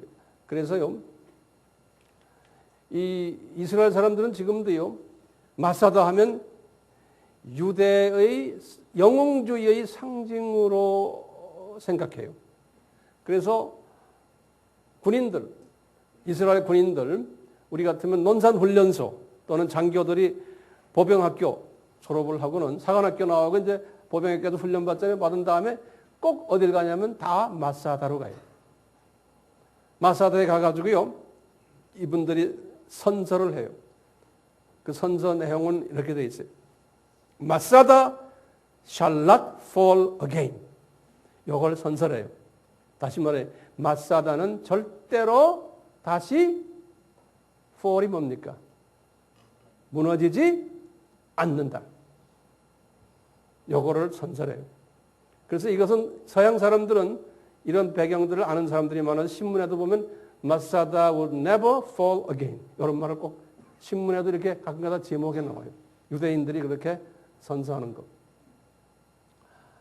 제가 기억나는데 1990년대인가 아니죠. 1967년 6.1 전쟁이 있을 때도요. 유대인들이 뭐라고 그랬냐면 제가 그때 이 뉴욕 타임즈에서 봤는데요. 제목이 뭐냐면 너무 마사다라는 제목이에요. 제목이 뭐냐. 이제는 마사다처럼 그런 수치를 우리가 당하지 않겠다는 것을 각오하는 그런 걸 서양 신문에는 이렇게 탁 일면에 크게 나와. 너무 마사다. 그러면 우리가 이런 배경을 알면은 이해가 되죠. 이런 배경을 모르면 우리가 이해할 수 없는 거예요. 이 마사다 패전은 이스라엘 역사에 이제 종지부를 찍는 이야기인데요. 이런 사건이 있은 후에 이스라엘 그 땅에는 대부분의 유대인들은 다 이제 그 땅을 떠났어요. 그리고는 소수의 유대인만 그곳에 머물러 있었거든요. 제가 이제 다음 시간에는 이제 그 후 이야기를 이제 들어갈 거예요. 70년대 이후부터 이야기인데 아직도 좀 조금 몇 가지 더 있어요. 우리가 통곡의 벽에 대해서 조금 알 필요가 있어요. 제가 여기다 써놨어요. 이 통곡의 벽. 이 통곡의 벽을요, 영어로는 웨스턴 월이라고 그래요. 서쪽 벽이라고 그래요. 서쪽 벽. 또는 통곡의 벽을 영어로 wailing wall 그래요. 이게 통곡이란 소리예요. 이거는 이스라엘 사람들은 이렇게 부르지 않아요. 이방인들이 부르는 거예요. 왜냐하면 이분들이 거기 가서 눈물 흘리고 애통하니까. 그래서 이제 이스라엘 사람들의 말로는 코텔이라는 건 벽이거든요. 코텔 하마아라비 그래요. 뭐 알 필요 없어요. 그냥 참고로만 알아두세요. 이 통곡의 벽은 어떤 의미가 있는가요? 굉장한 의미가 지금 숨겨져 있어요. 이 안에는요. 아까 보셨지만 헤롯 왕이요, 이 주전 20년에 이 성전을 지었다 그랬지 않습니까? 그럴 때 사방에 이 성전 언덕의 사방에 견고하게 하기 위해서 벽을 4개를 지었어요. 그게 언제 완성됐는지는 기록이 없어요. 자, 이렇게 벽을 지어놨는데요. 주 70년에 저 벽들이 많이 손상이 갔는데 그 중에 손상이 한 부분이 덜 간 벽이 서쪽 벽이에요. 서쪽 벽인데 다가 아니거든요. 일부분이에요. 제가 문헌을 보니까 그 서쪽 벽이 전체 길이가 488m예요. 약 한 500m 정도 돼요. 하여튼 488m인데 이렇게 우리가 이 겉으로 나타난 지금 이스라엘 사람들이 가서 기도하는 그 벽은 약 80m래요. 80m. 우리 지금 사진에 가끔 보잖아요. 그게 한 80m인데 이것이 어떻게 벽이 두꺼운지요. 이 기초 작업을 하도 잘해서 이 땅 밑에까지부터 시작을 해서 저 꼭대기까지가 32m래요. 그런데 나타난 부분만은 19m래요. 약 한 20m 정도의 높이예요. 왜 이 벽을, 요 성전, 여기 서쪽 벽을 중요하게 생각하느냐? 그러면 또 우리가 문헌을 찾아보니까요. 미시나라는 유대인 율법을 더 자세히 풀어놓은 것이 책이 토라라고 하는 건 율법이에요. 율법이 613개 있는데 그것을 더 자세히 풀어놓은 것이 미시나라. 그렇죠? 탈무드란 거 아세요? 탈무드는 자세히 풀어놓은 거고 미시나는 또 거기에 또 주석을 달아놓은 그렇게 생각하시면 돼요. 근데 여기에 보면요. 이 성전산에 있는 이 벽 중에서 서쪽 벽이 가장 지성소와 가까이 있다는 거예요. 여기 지성소 있죠, 여기? 그러니까 서쪽 벽이 한 이 동네. 이 지성소와 가장 가까이 있는 벽이 요 서쪽 벽이다 그랬어요. 그래서 이 서쪽 벽에서 기도하는 것이 가장 효과적이다 이렇게 기록이 되어 있어요. 이 안에 들어갈 수는 없잖아요. 왜? 지금 성전이 없으니까요. 그러니까 이스라엘 사람들은 성전에 들어가서 하나님을 만나는 길은 지성소에 들어가서 피를 뿌리는 거 아니에요. 그런데 그렇게 할 수는 없지만 지성소를 가장 성스럽게 생각하니까 지성소와 가장 가까이 있는 그곳이 요 서쪽 벽이라는 거예요. 지금은 유대인들이 그 안으로는 성전 이 뜰 안으로 들어가지 못하거든요. 이 안에. 그 바깥에서 가장 가까이 있는 하나님의 임재가 거기라는 거예요. 그래서 쭉 기록에 보면은 유명한 랍비들이 말하기를 이 서쪽 벽이 가장 효과 있는 장소다. 하나님을 만나는데 이제 이렇게 이제 한 다음에 기록에 의하면 이스라엘 사람들이 다 외부에서 다른 나라에 살잖아요. 지금 나라가 없어졌으니까요. 그러다가 약 이 4세기 때부터 사람들이 7절기 중에 그 꼭 방문해야 되는 절기 있죠. 성전은 없지만 이 서쪽 벽을 방문하는 거예요. 그때의 절기가 뭐예요? 6월절, 3대 절기가 오순절, 그 다음에 장막절. 예. 이렇게 해갖고요.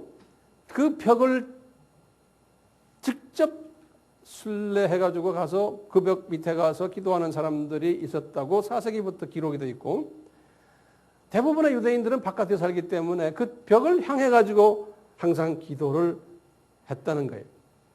이제 그러다가 이제 나중에 아까 우리 봤지만 그 135년에 주후 그 성전을 다시 지으려고 했던 사람 기억나시죠? 그러다가 이제 그 후부터 로마 제국이 유대인들, 지금 나가 있는 많은 유대인들에게 허가를 했어요. 너희들이 아부 9일 되면은 너희들이 원하면은 특별 그날, 성전 파괴한 그날이에요. 아부월 9일에는 서쪽 벽을 방문해가지고 거기서 울면서 기도할 것을 허가한다. 그런 게 특히 그 어느 컨스탄틴 1세가 누구죠? 313년에 뭐 했죠? 기독교를 공인한 분 안에 그러니까 이분이 좀 마음이 열린 거예요. 그래서 이제 이분이 그것을 허가해 준 거예요. 그때부터 쭉 중세사를 보면요. 500년에서부터 1500년은 중세기거든요.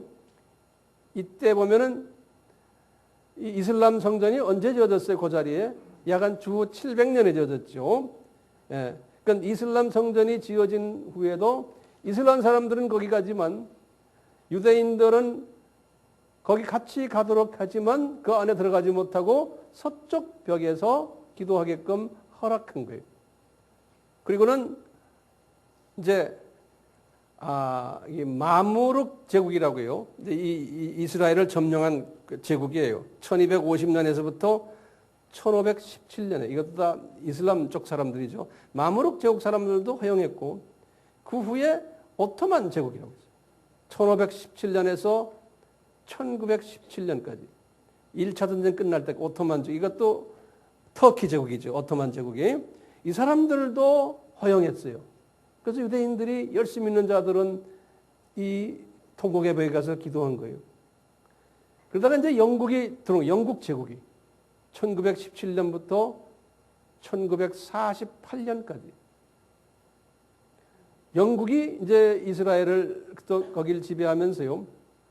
이 서쪽 벽을 더 구체적으로 그 앞에 있는 플라자가 있는데 플라자를 이제 좀 개조해 가지고 많은 사람이 가서 기도할 수 있도록 이제 배려를 하고 심지어는 이스라엘 사람들 중에 돈 많은 유대인들이 아예 우리가 그 플라자를 사버리자.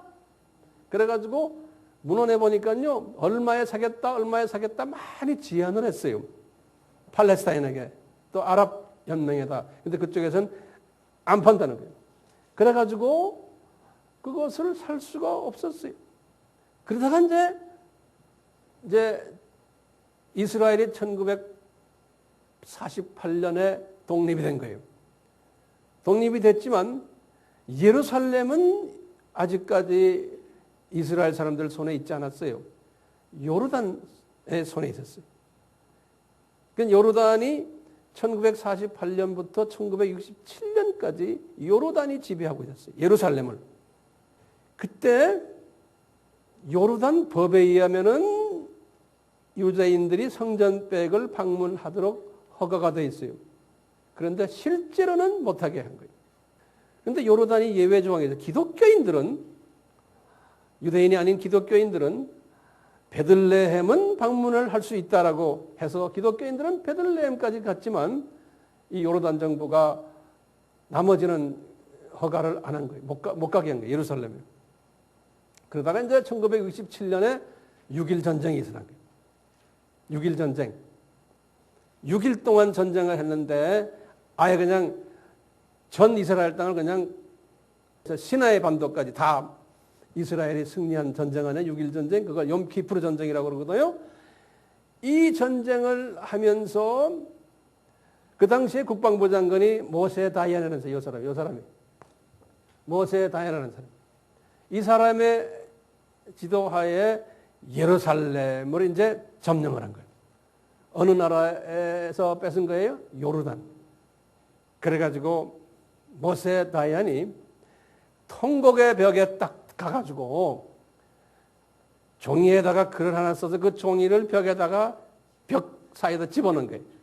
이미 예전 사람들도 다 그렇게 했는데 모세 다이안도 기다리다가 이제 드디어 자기도 지금 하게 된 거예요. 그 내용을 딱 뭐라고 썼냐면은 이스라엘의 집이 영원히 평화를 누리소서, 이 내용을 딱 집어넣은 거예요. 그래가지고 종이 쪽지를 거기다 딱 집어넣은 거예요. 그래서 그 사건을, 그 종이를 다이안 스프레이어라고 그래요. 모세 다이안 할 때 다이안 스프레이어. 그때부터 이제 이스라엘이 이제 허가를 해가지고 그 안에서 이제 기도를 하도록 유대인들이 가서 이제 기도를 하는데 전 세계 유대인들이 모이기 시작하는 거예요. 기다리고 기다렸던 성전은 지어지지 않았지만 성전을 대체할 수 있는 하나님과 가장 가까이에 갈 수 있는 자리가 어디예요? 요 서쪽 벽인 거예요. 근데 또 문제가 생긴 거예요. 그 보수 측에서는 여자들은 절대로 못한다 그런 거예요. 세상이 지금 자꾸 변하는데, 그러니까 그것 때문에 서로가 불다툼 하다가 나중에 여자들도 들어가게 돼 있어요. 여자들은 저쪽 구석에 여자들만 딱 있는 데가 있어요. 치마 입은 사람들은. 지금도 이 서쪽 벽을 가지고서 이스라엘과 무슬림은 싸움하고 있어요. 다 아직도 자기네 거라는 거예요. 지금도요. 자, 그런 상태로 지금 우리가 이렇게 있어요. 제가 이제 결론의 말 몇 마디 드리고 끝내려고 해요.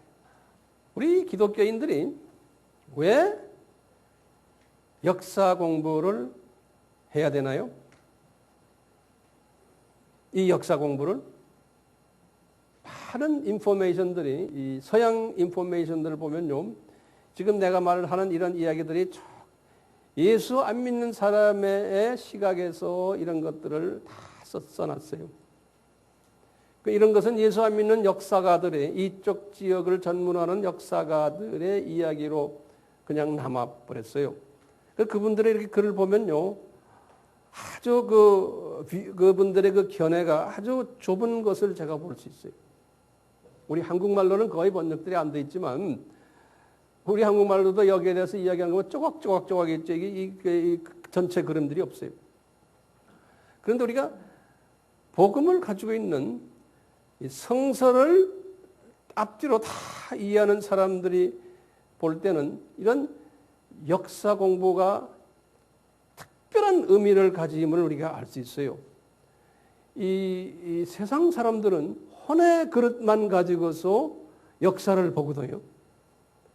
근데 우리는 혼의 그릇에다가 영의 그릇까지 같이 갖고 있는 사람들이에요. 영의 눈으로 또 같이 보는 거예요. 그래서 이 두 가지를 섞어서 보면은 육의 눈으로서, 혼의 눈으로서 볼 때 거시적으로 보이다가도요, 영의 눈으로서 미시적인 현미경식으로도 또 보게 되고, 또 영의 눈으로 거시적으로도 보게 되게 하면서 이 조리개가 여러 조리개가 있는 거예요. 우리는요, 기독교인들은요. 그러면서 그러는 게, 왜 하나님이 이스라엘 사람들이라는 사람들을 선택해가지고 저런 고생을 시키고는 성전을 저렇게 지어놓고, 왜 강한 나라들 바벨론부터 시작해서 로마 제국까지 해서 그 사람들을 불러다가 이런 쌍고생을 시키느냐, 생고생을 시키느냐. 예? 그리고는 왜 저렇게 성전이 무너진 후에 1900년 동안 나라 없는 사람들이 되게 하느냐. 왜 그 사이에 아랍 사람들이나 이렇게 이스라엘을 괴롭혔던 사람들이 저렇게 잘 되느냐. 왜 지금 이스라엘 사람들은 저렇게 고생들을 하고 있느냐? 왜 반이스라엘 세력들이 이렇게 강하냐? 이런 것들이 지금 보면서요. 이것을 어떻게 우리가 봐야 되느냐? 성서를 기준으로 해가지고요. 거시적인 눈으로 하나님의 창조 목적부터 시작을 해서요. 창세 전에 하나님이 이 사건을 다 준비하시고는 예수님을 부르셔서 예수님이 오셔가지고 이것을 다 계획하신 것을 하나하나 풀어나가면서 인간 역사를 만드신 그 7,000년의 역사 속에서 우리가 이 사건을 조명할 필요가 있는 거예요. 이 7,000년의 역사 속에서 이 사건을 어떻게 봐야 돼요? 하나님께서 순교라는 하나의 한 알에 미리 떨어져 죽어야지만 생명을 얻는다는 이 원칙 하에서 하나님이 이스라엘이라는 나라를 뽑으셔가지고 나라 자체가 순교하도록 만들고 민족이 순교하도록 하나님께서 계획하시고는 그 목적이 뭐냐면 만민이 복음으로서 눈뜨게 하기 위해서 하나님이 이렇게 이스라엘이라는 나라를 이 구원사의 큰 드라마 속에서 하나님이 이런 일을 지금 하고 계시다는 거예요. 이 시각으로 이런 사건들을 볼 때요. 내가 소화가 되는 거예요. 그리고 그렇다고 해서 영적 시각만 가지고는 또 안 되는 거예요. 영적 시각으로 보기 위해서는 혼적 훈련이 필요한 거예요. 그러니까 역사 공부해야 되고 지리 공부해야 되고 언어 공부해야 되고 문화 공부해야 되고 인간 공부해야 되고 모든 학교에서 가르쳐주는 이 모든 혼적 훈련이 절대적으로 필요한 거예요. 거기에다가 영적 엘리멘트들을 거기다가 대입을 시켜놓으면 엄청난 큰 이 인포메이션이 우리 속에서 탁 보이는 거예요. 나타나고. 이것은 혼의 그릇을 갖고 있는 사람이 업그레이드 시켜가지고 영의 눈으로 계속 볼 때 온전한 시각을 가지는 사람입니다. 제가 지금 근 1시간 반 동안 이 이야기를 왜 합니까? 여러분들은 혼의 그릇을 가지고 있는 사람들이고 그 혼의 그릇 위에다가 혼적인 인포메이션을 내가 지금 오늘 드리는 거예요. 그래서 그것을 가지고 영적인 또 차원에서 이것을 소화하는 연습을 시키려고 지금 제가 이걸 하는 거예요. 소화가 됩니까? 우리가 이제 계속해서 다음 시간에 연속으로 지금 이 이야기가 연속될 거예요. 마음에 준비하시길 바라요. 우리 같이 기도합시다. 하나님 아버지, 창세전에 우리에게 창조의 목적을 훈련시켜 주시기 위해서 계획하신 그 신비로움을 우리의 혼적인 눈으로는 볼 수도 없고 혼적인 귀로는 들릴 수가 없지만 영적인 차원에서는 보이고 들리게 해 주심을 감사합니다. 그러므로 우리에게는 이것이 절대로 미스터리가 아님을 알 수가 있습니다. 이 생명을 살리는 하나님의 원칙 속에서 주님께서 이스라엘이라는 한 나라를 선택하시고 그 민족을 선택하셔서 그들로 하여금 아픔을 경험케 하시고 자존심을 파괴케 하시고 고난을 허락하시고 좌절케 하시고 슬픔을 경험케 하시면서 이분들을 통해서 복음이 만민에게 가도록 계획하신 이 미스터리를 우리가 조금 더 의심하지 않습니다.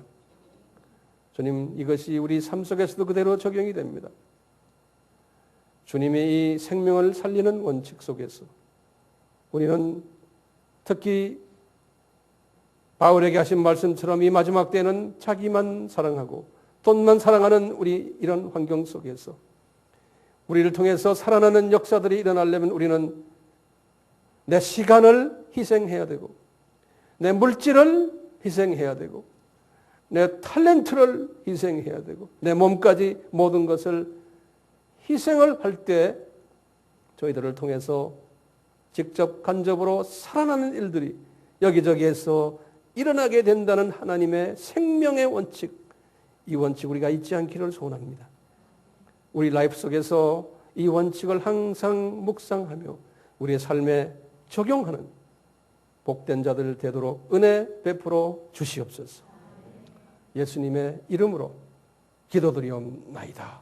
아멘.